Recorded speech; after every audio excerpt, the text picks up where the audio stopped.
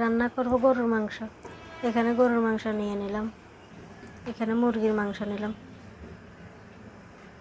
এখানে রুই মাছ নিলাম। এখন গরুর মাংস রান্নাটা বসিয়ে দিব, সব মশলা দিয়ে দিব। আসসালামু আলাইকুম, সবাই কেমন আছেন? আলহামদুলিল্লাহ আমরা ভালো আছি। আজকে আবার নতুন একটা ভিডিও নিয়ে আসলাম। সবগুলো মশলা দেওয়া হয়ে গেছে। এখন দিয়ে দিলাম সরিষার তেল, সয়াবিন তেল, কয়েকটা গোটা রসুন, এগুলো দিয়ে বসিয়ে দিলাম। বসিয়ে একটু ভালোভাবে মিক্স করে নিলাম। মিক্স করা হয়ে গেছে। এখন বেশ কিছুক্ষণ জাল করব। মুরগিগুলো ভেজে নিব। মুরগির মধ্যে একটু হলুদের গুঁড়া, মরিচের গুঁড়া, একটু লবণ মেখে নিব। মাখা হয়ে গেছে। এখন বসিয়ে দিলাম, তেলে দিয়ে দিলাম, তেল গরম হয়ে গেছে। মুরগিগুলো দিয়ে এখন লাল লাল করে ভেজে নিব। এই জন্য মাংসগুলো একটু নেড়ে দিলাম, যাতে নিচে লেগে না যায়। মুরগিগুলো উল্টিয়ে দিলাম।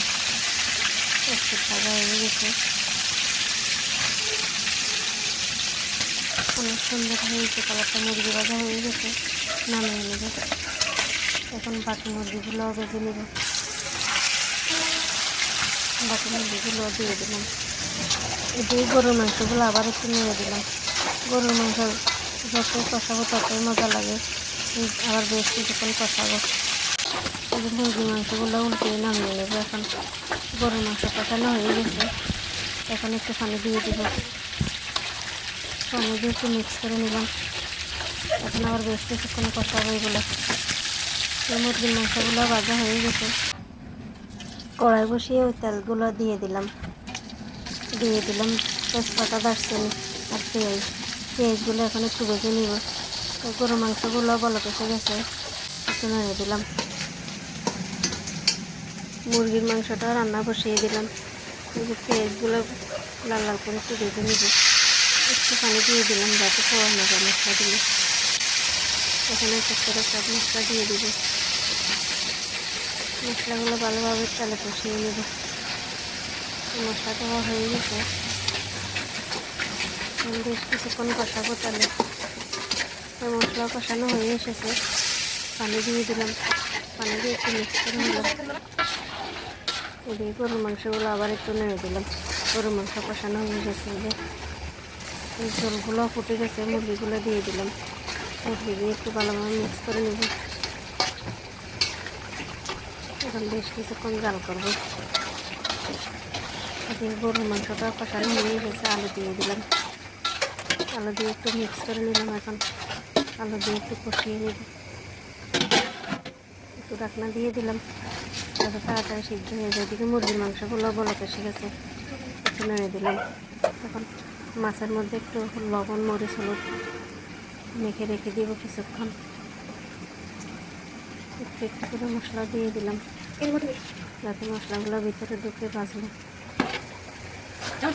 গরুর মাংস কষানো হয়ে গেছে, আর একটু বসাবো। অনেক সুন্দর হয়েছে।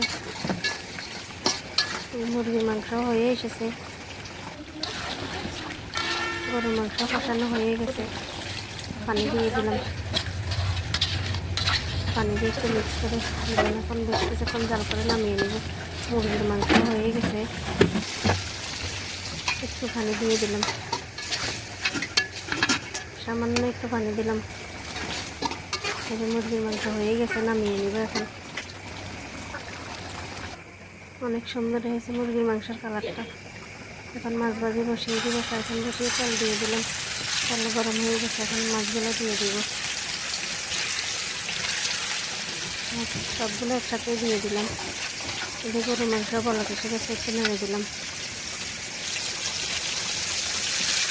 মাছগুলো এখন উল্টিয়ে দিব। একটু লাল লাল করে ভাজি করবো মশলা করে।